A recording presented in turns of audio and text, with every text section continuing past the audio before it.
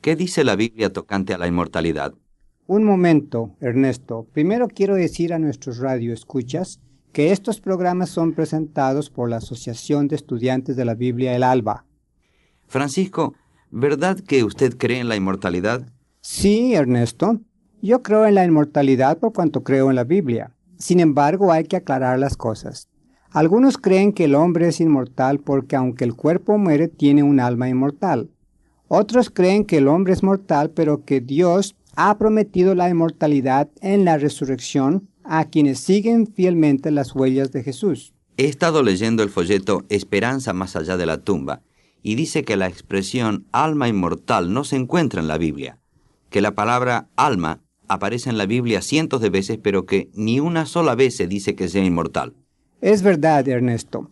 La primera vez que la palabra alma se emplea en la Biblia es donde Dios mismo nos dice exactamente lo que es y de qué está hecha. El texto se encuentra en Génesis capítulo 2, versículo 7, y dice que Dios formó al hombre del polvo de la tierra, que sopló en su nariz el aliento de vida, y que el hombre vino a ser alma viviente. Francisco, eso indica que el alma está compuesta de la combinación del cuerpo y del aliento de vida, puesto que el texto dice que el hombre vino a ser alma viviente. Ciertamente, la palabra alma en la Biblia significa un ser viviente.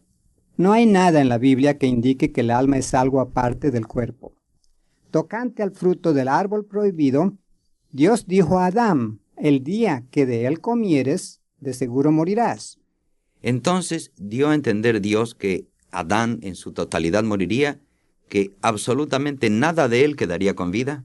Evidentemente, pero hay una gloriosa esperanza de vida más allá de la tumba, por cuanto Dios ha prometido una resurrección de los muertos.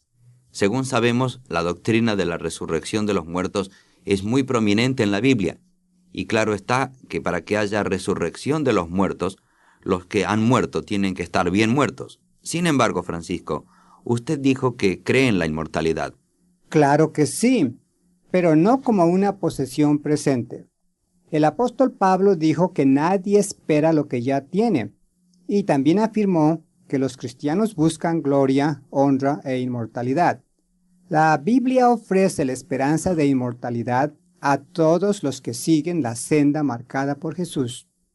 ¿Sabe usted, Ernesto, que las palabras inmortal e inmortalidad aparecen muy pocas veces en la Biblia?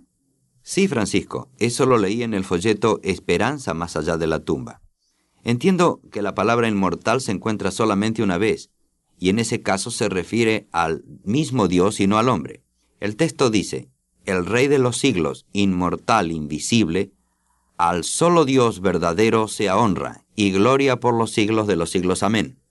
Tiene usted razón, Ernesto.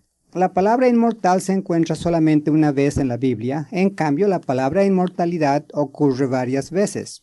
Entiendo que se encuentra 5 veces, y en una de ellas dice que solamente Dios tiene inmortalidad. El folleto Esperanza más allá de la tumba dice en dónde se encuentran las otras 4 referencias en la Biblia que contienen la palabra inmortalidad. Sí, pero también el folleto dice que ni siquiera una vez se refieren al hombre como poseyendo ahora inmortalidad. Usted mencionó una de ellas, la que dice, a los que perseverando en el bien hacer, buscan la gloria, la honra y la inmortalidad, serán recompensados con la vida eterna.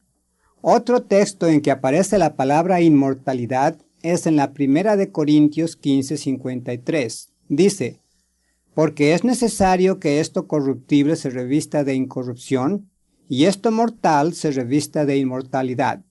El apóstol Pablo dice claramente que ahora los verdaderos cristianos son mortales y que solamente en la resurrección llegarán a ser inmortales. Esto se encuentra claramente explicado en el versículo siguiente. ¿Quiere usted hacerme el favor de leerlo, Ernesto? Con mucho gusto. El versículo 54 dice, y cuando esto corruptible se haya revestido de incorrupción, y esto mortal se haya revestido de inmortalidad, entonces se efectuará el dicho que está escrito, tragada ha sido la muerte victoriosamente. Sin duda alguna, Ernesto, todos estos textos demuestran que el hombre no es inmortal, sino mortal. ¿Pero qué dice la quinta referencia? La quinta y última referencia en donde aparece la palabra inmortalidad es en 2 de Timoteo 1:10, la que dice: «Mas ha sido ahora manifestada por medio del aparecimiento de nuestro Salvador Jesús, el cual ha destruido la muerte y sacado a luz la vida y la inmortalidad por medio del Evangelio». Ernesto, si Jesús fue el primero que trajo a la luz la inmortalidad, entonces quienes vivieron antes de su primer advenimiento nada llegaron a saber de esto. Ciertamente que no. Pero Francisco, ¿quiere usted decirme qué significa la expresión «trajo a luz la vida y la inmortalidad por medio del Evangelio»? Significa que por medio de su obra redentora, según el Evangelio, buenas nuevas de salvación de la muerte, por medio de Cristo, y por medio de las agencias que Cristo emplea, quienes se esfuercen por obtener la inmortalidad y se mantengan fieles como recompensa la obtendrán al tiempo de la resurrección de entre los muertos. Francisco, si nuestros primeros padres no hubieran desobedecido la ley de Dios, hubieran sido inmortales, ¿verdad? De ninguna manera. Ellos fueron criados mortales, pero eso no quiere decir que tuvieran que morir. De haber obedecido a Dios, Él hubiera prolongado sus vidas indefinidamente. Me parece que usamos la palabra mortal en un sentido limitado, como dando a entender que los que son mortales necesariamente tienen que morir. Por ejemplo, cuando decimos que una persona ha sido mortalmente herida. Sí, Ernesto, y el hombre fue herido mortalmente por el pecado. El apóstol Pablo dice que el aguijón de la muerte es el pecado. Si el hombre no hubiera pecado, hubiera continuado viviendo, mas no como un ser inmortal, por cuanto inmortalidad significa la condición en la cual la muerte es una imposibilidad. En cambio, si el hombre hubiera sido creado inmortal, no hubiera podido ser sentenciado a muerte. El punto es muy claro, Francisco.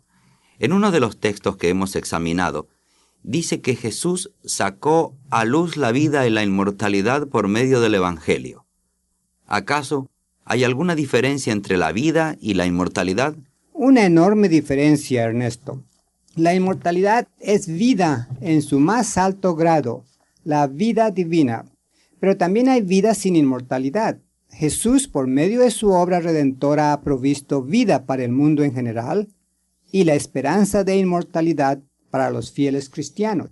Es verdaderamente precioso saber que en tanto que la Iglesia del tiempo presente tiene la promesa de la inmortalidad para que viva y reine con Cristo durante los 1000 años de su reino, la humanidad en general será restaurada a la vida aquí mismo en la tierra. Esa es la esperanza para el mundo más allá de la tumba. Los que hayan muerto serán restaurados a la vida. Además, la Biblia nos dice que entonces Dios limpiará las lágrimas de los ojos de ellos, y la muerte no será más, ni habrá más gemido, ni clamor, ni dolor, porque las cosas de antes han pasado ya. Francisco, ¿cree usted que en la resurrección nos conoceremos los unos a los otros? Seguramente que sí. Si no nos conociéramos los unos a los otros, ¿de qué serviría la resurrección? En ese entonces nadie podrá dudar que hay vida más allá de la muerte, pero no por ser inmortales, sino por cuanto Dios ha prometido una resurrección de entre los muertos. Cuán hermoso es todo esto, Francisco, y cuán diferente de lo que nos han enseñado las diferentes religiones. En cambio de unos pocos recibir la salvación e ir al cielo para que los demás pasen a sufrir tormentos eternos, la esperanza que presenta la Biblia es diferente. Unos pocos reciben una salvación especial para que se ocupen luego en la tarea de dispensar bendiciones a todas las familias de la tierra durante el reino de Cristo, el tiempo de la restauración de todas las cosas. Francisco, ¿cómo podremos saber más respecto a estas cosas? Estudiando la palabra de Dios y leyendo la literatura que ofrece la Asociación de Estudiantes de la Biblia El Alba. Esa literatura le indica los pasajes de la Biblia que tratan de las cosas que discutimos en los programas de Francisco y Ernesto, como por ejemplo, en el folleto Esperanza más allá de la tumba. El capítulo relativo a las profecías que actualmente están siendo cumplidas por medio de los apresurados acontecimientos en esta edad nuclear aumentará la fe de ustedes en la Biblia y les ayudará a percibir que en realidad el reino de Cristo está cercano. El folleto discute la creación del hombre, su caída en el pecado y la muerte, su redención y su destino final.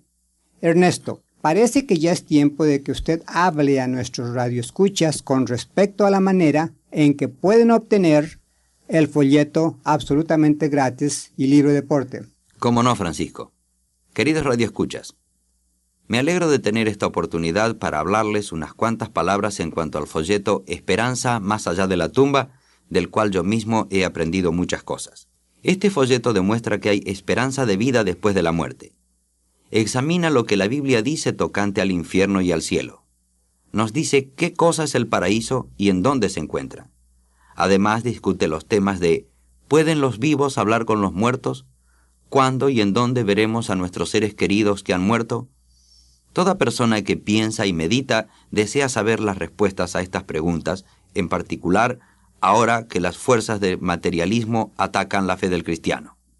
Mientras mejor entendamos la Biblia, más firme será nuestra fe en las promesas de Dios y más luminosa será nuestra esperanza en las maravillosas cosas por venir.